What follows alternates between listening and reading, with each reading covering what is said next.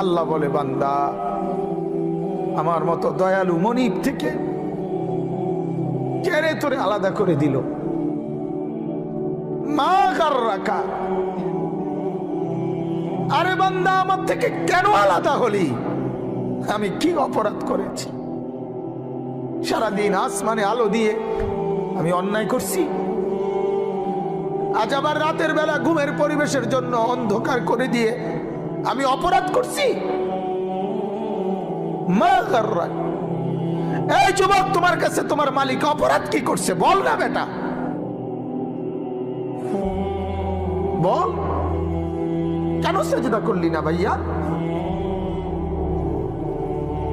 আল্লাহ তোমার কাছে কি অন্যায়টা করছে? কি অন্যায়, কি না দিছে মালিক? মা গাররাকা বিরাব্বিকাল কারীম। আল্লাহ বলেন, বান্দা কে রে তোরে আমার থেকে আলাদা করলো? কেন রে তুই আমারে ছাড়লি? আমি কি দোষ করছি?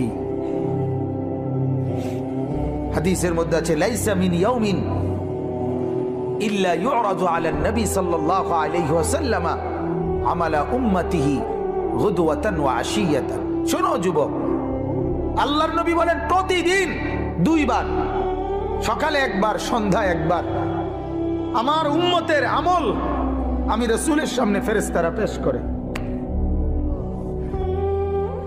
হায় হায়, নবীর সামনে তোমার নাম উচ্চারণ হয়, ফেরেশতা বলে, ইয়া রাসূলুল্লাহ একটা সেজদা দেয় নাই, একটা সেজদা, একটা সেজদা দেয় নাই। আল্লাহর নবী তখন বলে, হায় আমার উম্মত, আমার 23টা বছরের দিবানিশির এই মেহনতের কোনো কদর করলি না? 23 বছরের আমার এত কষ্টের কোনো কদর হলো না?